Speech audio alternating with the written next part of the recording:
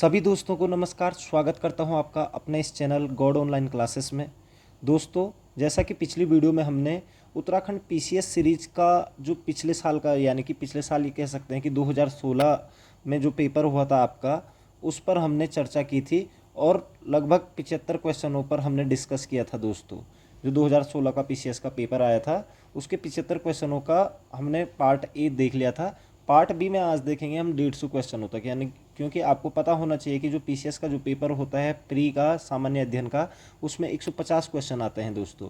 ठीक है, तो आपने 75 क्वेश्चन कल के पेपर मतलब जो प्रीवियस वीडियो बनाई है मैंने उसमें देख लिए थे। आज हम जो क्वेश्चनों पर डिस्कस करेंगे वो 76 से करेंगे दोस्तों।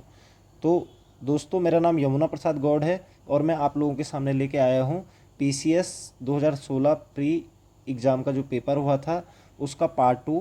ठीक है दोस्तों, तो वीडियो में बढ़ते हैं आगे। वीडियो में बढ़ने से पहले आपसे एक छोटी सी रिक्वेस्ट रहेगी दोस्तों कि अगर आपने अभी तक चैनल को सब्सक्राइब नहीं किया है तो प्लीज़ चैनल को सब्सक्राइब ज़रूर कर लीजिएगा। तो दोस्तों, जो 76 क्वेश्चन था पीसीएस 2016 में, यहाँ पर क्वेश्चन आता है कि भारत में सीमांत जोत का आकार है। तो सीमांत जोत का आकार, ये दोस्तों ये जोत के आधार पर विभिन्न प्रकार के आकार बने हुए हैं। ठीक है ना। तो सीमांत जोत का जो आकार है दोस्तों भारत में, वो है आपका ऑप्शन नंबर डी, 1 हेक्टेयर से कम। सीमांत जोत 1 हेक्टेयर से कम की जोत को कहा जाता है सीमांत जोत। क्वेश्चन नंबर 77 दोस्तों, ब्रिक संघ किस वर्ष ब्रिक्स में परिवर्तित हुआ था? आपको पता होना चाहिए दोस्तों, जो ब्रिक है BRIC और S, ब्रिक्स। ठीक है ना दोस्तों, आपको पता होना चाहिए। Brazil, B for Brazil, R for Russia, I for India, C for China और S फॉर साउथ अफ्रीका। ये पहले 4 देशों का समूह था, ब्रिक इसलिए नाम था, और S जब इसमें साउथ अफ्रीका भी जुड़ गया तो उसके बाद हमने इसको ब्रिक्स कहा। तो यही कह रहा है कि ब्रिक संघ किस वर्ष ब्रिक्स में परिवर्तित हुआ, तो इसका एग्जैक्ट आंसर हो जाएगा दोस्तों 2010। ब्रिक्स से रिलेटेड बहुत सारे क्वेश्चन आए हुए हैं दोस्तों इस 2016 के पेपर में। तो ये कह सकते हैं कि जितने भी हमारे जो संघ हैं इंटरनेशनल, जो भी हम जिनके साथ भारत की भागीदारी है, उनसे रिलेटेड संगठनों के बारे में हमें पढ़ना है। इस बार भी आ सकते हैं क्वेश्चन में। ठीक है ना। तो ब्रिक्स में परिवर्तित हुआ था 2010 में। क्वेश्चन नंबर 78 की बात कर लेते हैं। वाणिज्यिक सेवाओं के निर्यात में भारत का विश्व में वर्ष 2014 में स्थान था। तो ये उस समय का करंट अफेयर्स है दोस्तों, इसलिए इसको आप स्किप कर सकते हैं और इसका आंसर था बी, 8वां स्थान था 2014 में। ठीक है ना दोस्तों। क्वेश्चन नंबर 79 है दोस्तों, बहुत इंपॉर्टेंट क्वेश्चन है। ओपेक यानी कि organisation of the petroleum exporting countries का निम्नलिखित में से किस पर विशेष बल है? ठीक है ना दोस्तों। तो इसका ऑप्शन है पेट्रोलियम के उत्पादन में, दूसरा पेट्रोलियम की कीमतों पर नियंत्रण के लिए। तो इसका ऑप्शन आंसर सी हो जाएगा दोस्तों। ए और बी दोनों के लिए ओपेक क्या करता है? विशेष बल देता है। एक तो पेट्रोलियम के उत्पादन के लिए बल देता है और दूसरा पेट्रोलियम की कीमतों पर नियंत्रण के लिए भी विशेष बल देता है दोस्तों। ठीक है, क्वेश्चन नंबर 80 देख लेते हैं दोस्तों। यहाँ पर वैश्वीकरण में सम्मिलित नहीं है, ग्लोबलाइजेशन में क्या सम्मिलित नहीं है?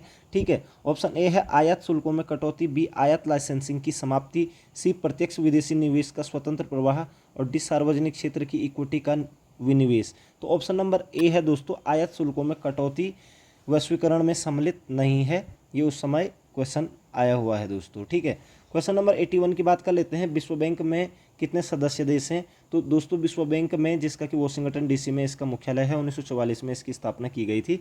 तो विश्व बैंक में कितने सदस्य देश हैं? तो ऑप्शन नंबर ए 189 दोस्तों, 189 सदस्य देश हैं। सबसे नया देश नॉर्वे है। ठीक है, तो ये चीज़ आप क्लियर कर लीजिएगा। 189। 82 क्वेश्चन पर चलते हैं। निम्नलिखित में से कौन एक वैश्विक स्पर्धात्मक सूचकांक रिपोर्ट प्रकाशित करता है? तो वैश्विक स्पर्धात्मक सूचकांक रिपोर्ट जो प्रकाशित की जाती है दोस्तों, वो ऑप्शन नंबर बी, विश्व आर्थिक फोरम के द्वारा किया जाता है। ठीक है ना, विश्व आर्थिक फोरम, वर्ल्ड इकोनॉमिक फोरम के द्वारा विश्व स्पर्धात्मक सूचकांक रिपोर्ट प्रकाशित की जाती है। ठीक है दोस्तों, क्वेश्चन नंबर 83 की बात कर लेते हैं। सार्क सदस्य देशों को प्रशिक्षण देने हेतु भारतीय अनाज भंडार, ठीक है दोस्तों, भारतीय अनाज भंडार प्रबंधन एवं अनुसंधान संस्थान स्थित है। तो भारतीय अनाज भंडारण प्रबंधन एवं अनुसंधान संस्थान, जो कि सार्क देशों के लिए प्रशिक्षण देती है, इसका जो मुख्यालय है दोस्तों वो है आपका ऑप्शन नंबर सी, हापुड़ में। ठीक है दोस्तों, उसके बाद क्वेश्चन नंबर 84 पे आ जाते हैं। Prevention of money laundering act Bharat में कब से प्रभावी हुआ? तो prevention of money laundering act Bharat में जो प्रभावी हुआ था दोस्तों, ये हुआ था आपका 1 जुलाई 2005। तो ऑप्शन नंबर डी। तो ये जो काला धन है उस पर रोक लगाने के लिए, तो prevention of money laundering act Bharat में कब से प्रभावी हुआ था? तो वर्ष 2005, 1 जुलाई 2005 को हुआ था। ठीक है दोस्तों। एक इको का टर्म आ रहा है हमारे सामने, ट्रिम्स क्या है? ट्रिम्स का पूरा नाम है, तो ट्रिम्स का जो पूरा नाम होता है दोस्तों वो होता है आपका trade related investment measures. Option number B, trade related investment measure, TRIM, TRIM. ठीक है ना दोस्तों। तो ट्रिम का फुल फॉर्म होता है ट्रेड रिलेटेड इन्वेस्टमेंट मेजर्स। उसके बाद क्वेश्चन नंबर 86, अब यहाँ पर साइंस से भी रिलेटेड क्वेश्चन आने लगे हैं दोस्तों। जीन है, तो जीन जो होता है दोस्तों DNA का एक भाग होता है। ऑप्शन नंबर ए इसका आंसर हो जाएगा। जीन क्या है? तो DNA का एक भाग। उसके बाद क्वेश्चन नंबर 87 है थैलेसीमिया। थैलेसीमिया एक आनुवंशिक रोग है जिससे प्रभावित होता है। तो जो थैलेसीमिया जो आनुवंशिक रोग है दोस्तों, इससे जो प्रभावित होता है हमारा, वो होता है ऑप्शन नंबर ए, रक्त, यानी कि जो ब्लड होता है उसको प्रभावित करता है थैलेसीमिया। ठीक है दोस्तों, ये क्वेश्चन में कई बार पूछा जाता है। क्वेश्चन नंबर 88 है, निम्नलिखित में से किसने नैनो टेक्नोलॉजी शब्द का प्रयोग किया? देखिए दोस्तों, और कब किया। यहाँ पर एक क्वेश्चन आ रखा है, नैनो टेक्नोलॉजी शब्द का जो प्रयोग किया गया था, एक तो शब्द है और एक आता है कि सिद्धांतों का। तो अगर पहले मैं इस बात पे चले जाऊं कि नैनो टेक्नोलॉजी के सिद्धांत सर्वप्रथम किसने और कब दिए थे, तो दोस्तों वो दिए थे रिचर्ड फेनमैन ने 1959 में। ठीक है, रिचर्ड फेनमैन जो कि अमेरिकन थे। ठीक है, लेकिन यहाँ पर क्वेश्चन पूछा गया है कि नैनो टेक्नोलॉजी शब्द प्रयोग, सिद्धांत तो रिचर्ड फेनमैन ने दिए थे, और नैनो टेक्नोलॉजी जो शब्द का जो प्रयोग किया गया था वो किया गया था नारियो टानीगुची 1974। तो ऑप्शन नंबर 20 का एग्जैक्ट आंसर हो जाएगा कि शब्द का प्रयोग नारियो टानीगुची 1974 के द्वारा किया गया था, और ये जापान के थे दोस्तों। कहाँ के थे? जापान। ठीक है दोस्तों। उसके बाद क्वेश्चन नंबर 89 की बात कर लेते हैं। उत्तराखंड पशुधन विकास बोर्ड का प्रशिक्षण केंद्र कहाँ है? तो उत्तराखंड पशुधन विकास बोर्ड का जो प्रशिक्षण केंद्र है वो है ऑप्शन नंबर ए, देहरादून में दोस्तों। ठीक है, क्वेश्चन नंबर 90 की बात कर लेते हैं। निम्न समुच्चय में से कौन सी गैसें ग्रीन हाउस गैस प्रभाव के लिए अत्यधिक महत्वपूर्ण है? तो ग्रीन हाउस गैस के लिए जो सबसे ज़्यादा महत्वपूर्ण प्रभावी गैसें हैं दोस्तों, वो है आपका कार्बन डाइऑक्साइड, मीथेन। देखिए, carbon dioxide, methane, nitrous oxide और जलवाष्प। ठीक है दोस्तों। तो carbon dioxide, methane, nitrous oxide और जलवाष्प जो ग्रीन हाउस प्रभाव के लिए सबसे अत्यधिक महत्वपूर्ण है दोस्तों। क्वेश्चन नंबर 91 पे चलते हैं दोस्तों। क्वेश्चन आ रहा है साइंस से रिलेटेड। निकिल कैडमियम बैटरी का प्रयोग होता है, जो निकिल और कैडमियम, इसको NiCd भी कहते हैं, तो बैटरी का प्रयोग होता है। तो दोस्तों इसका जो प्रयोग होता है वो विभिन्न प्रकार के गैजेट, जो इलेक्ट्रॉनिक गैजेट्स होते हैं उनके लिए किया जाता है। ठीक है, तो ए कैलकुलेटर, बी कार्डलेस इलेक्ट्रॉनिक उपकरण और सी ट्रांजिस्टर। तो ये लगभग सभी में निकल कैडमियम बैटरी का प्रयोग किया जाता है। तो ऑप्शन नंबर डी हो जाएगा उपयुक्त तो सभी में। ठीक है, क्वेश्चन नंबर 92 को देख लेते हैं। कौन सा कथन नाभिकीय विखंडन से संबंधित नहीं है? तो विखंडन से संबंधित नहीं है, यहाँ पर बहुत सारे ऑप्शन दिए गए हैं दोस्तों, और एक ऑप्शन नंबर बी दिया है, तारों में ऊर्जा उत्पन्न करना। तो ये आपका विखंडन से रिलेटेड नहीं है दोस्तों, क्योंकि तारों में जो ऊर्जा उत्पन्न होती है वो संलयन की क्रिया से होता है, संलयन। ठीक है, नाभिकीय संलयन की क्रिया होती है, और क्योंकि तारे, सूर्य भी एक तारा है, और तारे सूर्य में भी जो ऊर्जा का जो स्रोत है वो नाभिकीय संलयन है दोस्तों, तो इसलिए नाभिकीय विखंडन से संबंधित नहीं होगा तारों में ऊर्जा उत्पन्न करना। ठीक है, उसके बाद क्वेश्चन नंबर नेक्स्ट देख लेते हैं दोस्तों। सेलुलोज एवं स्टार्च दोनों में होते हैं, तो सेलुलोज और स्टार्च में दोनों क्या होते हैं? प्लस माइनस ग्लूकोज होता है दोस्तों, याद रखना। स्टार्च में ग्लूकोज तो होता ही है, और किस प्रकार का होता है? प्लस माइनस ग्लूकोज होता है। ठीक है दोस्तों, सेलुलोज एवं स्टार्च दोनों में क्या होता है? Plus minus glucose. Question number 94 की बात कर लेते हैं दोस्तों। निम्न में कौन सी यांत्रिक तरंग है? यांत्रिक यानी कि यांत्रिक तरंग है, तो यहाँ पर रेडियो तरंगे, एक्स तरंगे, प्रकाश तरंगे, ध्वनि तरंगे। तो जो साउंड वेव्स होती हैं आपकी, वो आपकी यांत्रिक तरंगे हैं, ध्वनि तरंगे। तो यांत्रिक तरंगों के अंतर्गत ध्वनि तरंगे आती हैं दोस्तों। उसके बाद क्वेश्चन नंबर 95 की बात कर लेते हैं। ताप बढ़ने के साथ द्रव की श्यानता, विस्कोसिटी। ठीक है, जैसे जैसे हम ताप बढ़ाते रहेंगे द्रव का, ठीक है, तो उसकी श्यानता हमेशा घट जाती है दोस्तों। बी हो जाएगा आंसर, घटती है। ताप बढ़ाने पर किसी द्रव की श्यानता, विस्कोसिटी क्या हो जाती है? घट जाती है दोस्तों। उसके बाद क्वेश्चन नंबर 96 आ रहा है, 1 नैनोमीटर बराबर होता है। तो 1 नैनोमीटर जो बराबर होता है 10⁻⁻9 मीटर दोस्तों, याद रखिएगा 10⁻⁻9 मीटर, ठीक है। उसके बाद नेक्स्ट क्वेश्चन देख लेते हैं 97, एक भू स्थिर उपग्रह का परिक्रमण काल होता है। तो भू स्थिर यानी कि पृथ्वी स्थिर उपग्रह का जो परिभ्रमण काल जो होता है, तो दोस्तों परिभ्रमण काल भू स्थिर उपग्रह का पृथ्वी के ही परिभ्रमण काल के बराबर होता है, और वो होता है ऑप्शन नंबर बी 24 घंटे, ठीक है दोस्तों। उसके बाद नेक्स्ट क्वेश्चन है 98, टेफ्लॉन सामान्य नाम है।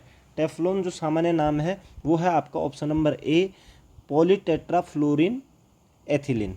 पॉलीटेट्राफ्लोरिन एथिलीन का सामान्य नाम है टेफ्लॉन दोस्तों, कई बार क्वेश्चन पूछ लिया जाता है।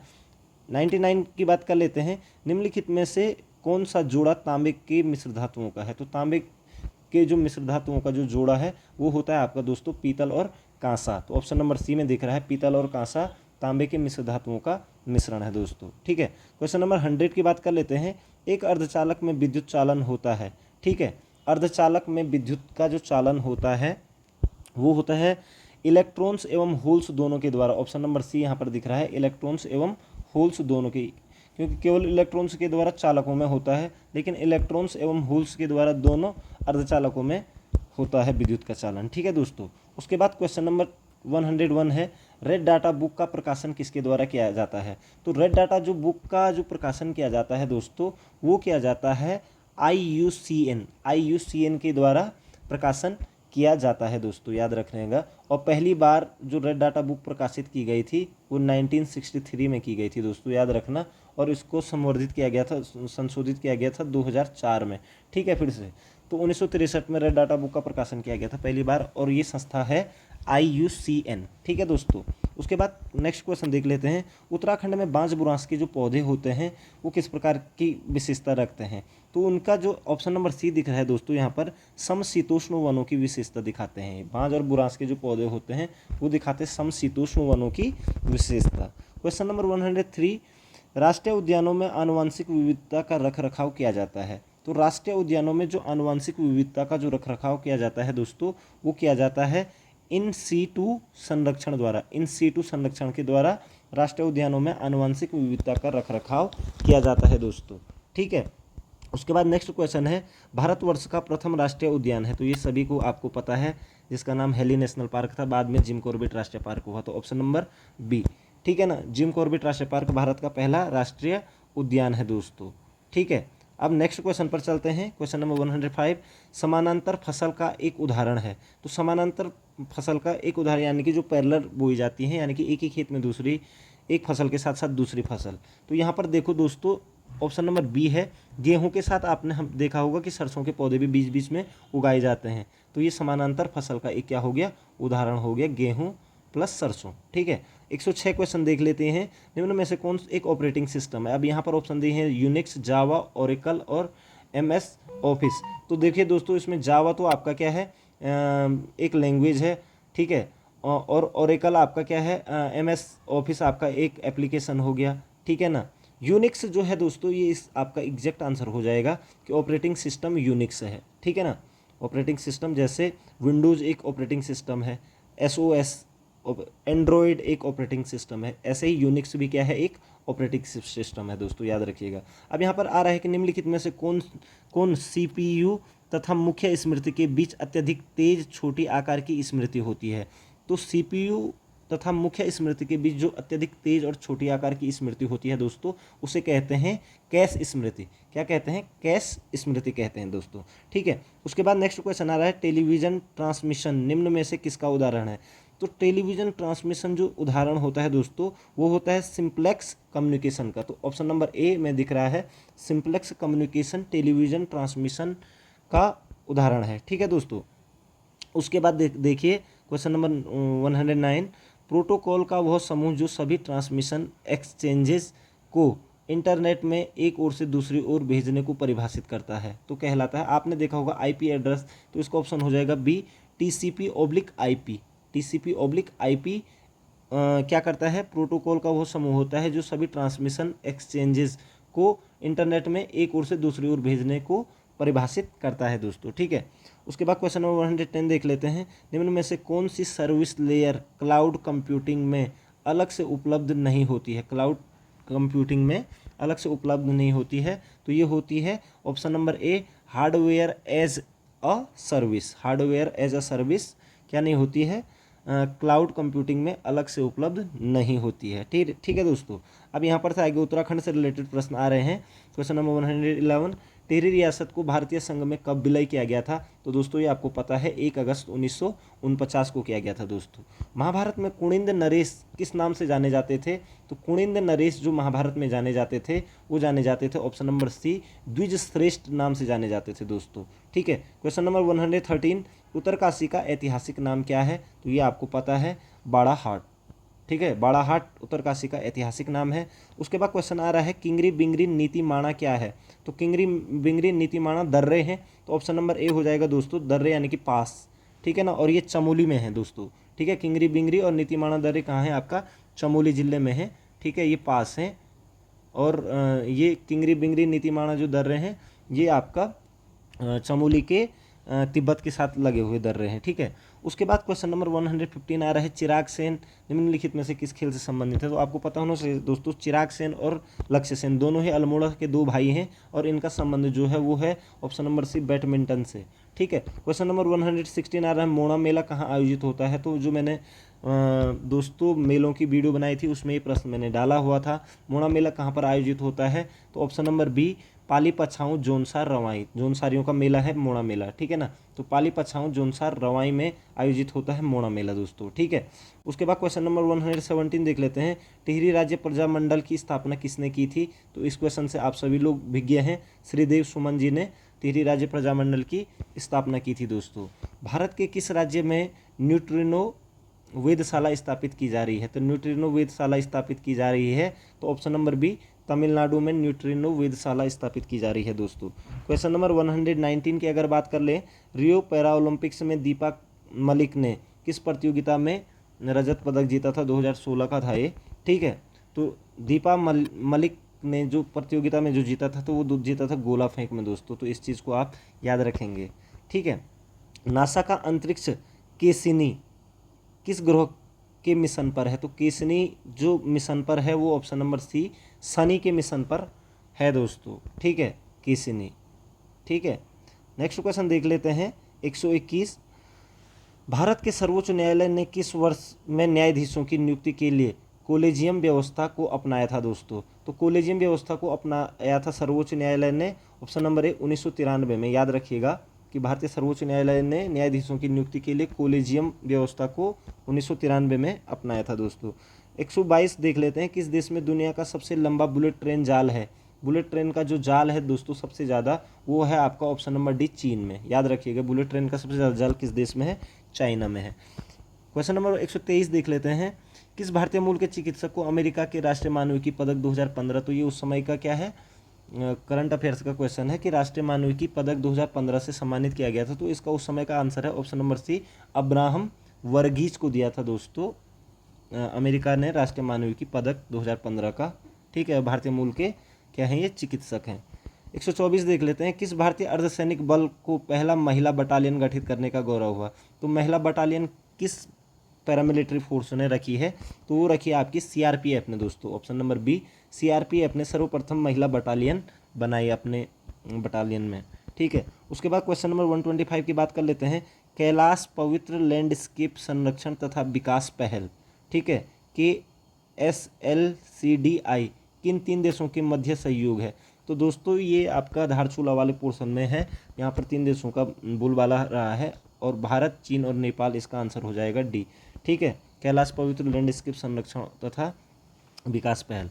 क्वेश्चन नंबर 126 की बात कर लेते हैं, किस निजी क्षेत्र के बैंक ने भारत में पहली बार सॉफ्टवेयर रोबोटिक्स का उपयोग किया? तो सॉफ्टवेयर रोबोटिक्स का जो प्रयोग किया सर्वप्रथम वो किया था ICICI बैंक ने, जो कि एक निजी बैंक है दोस्तों। ठीक है, क्वेश्चन नंबर 127 की बात कर लेते हैं, वह वित्तीय साधन जिसके माध्यम से भारतीय कंपनियां विदेशी बाजारों में रुपये में धन जुटा सकती हैं। ठीक है, तो भारतीय कंपनियां विदेशी बाजारों में रुपये में धन जुटाने को कहते हैं, उसे कहते हैं ऑप्शन नंबर सी, मसाला बॉन्ड कहते हैं दोस्तों।